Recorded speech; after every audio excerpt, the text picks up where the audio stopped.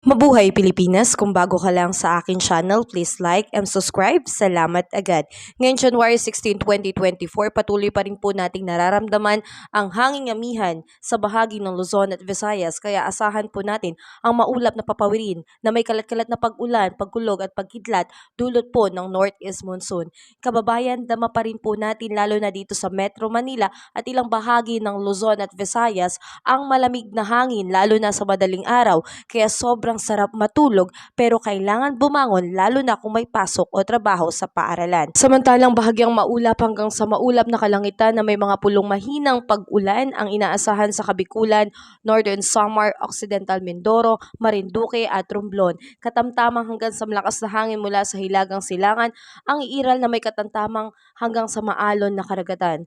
Sa may bahagi ng Silangang Davao at ilang bahagi ng Mindanao ay direkta pa rin po naapektuhan ng shoreline kaya magdudulot po ito ng maulap na panahon na may kalat-kalat na pag-ulan at pagkulog. Sa ngayon ay wala pa rin po tayong bagyong na nasa teritoryo ng Pilipinas ngunit may namamataan na rin po ang LPA sa labas ng bansa at may bagyo na rin po sa labas po ng bansa na may lakas na 75 km/h. Nawa ay malipat po ang direksyon nito at wag na pong tumumbok sa Pilipinas para hindi na po magtandem ang El Nino at bagyo sa ating bansa dahil kawawa naman po ang ating mga mamamayan. Muli, salamat at ingat ang lahat.